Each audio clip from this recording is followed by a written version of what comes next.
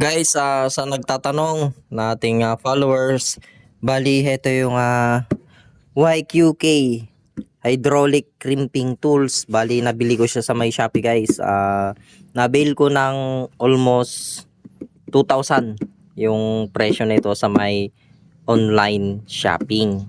Ngayon guys, yung kanyang brand YQK 300. 14mm guys hanggang 300mm yung kaya niyang i-crimp. Bali ito yung sa may loob. Ito guys, sulit na. Hindi man siya branded pero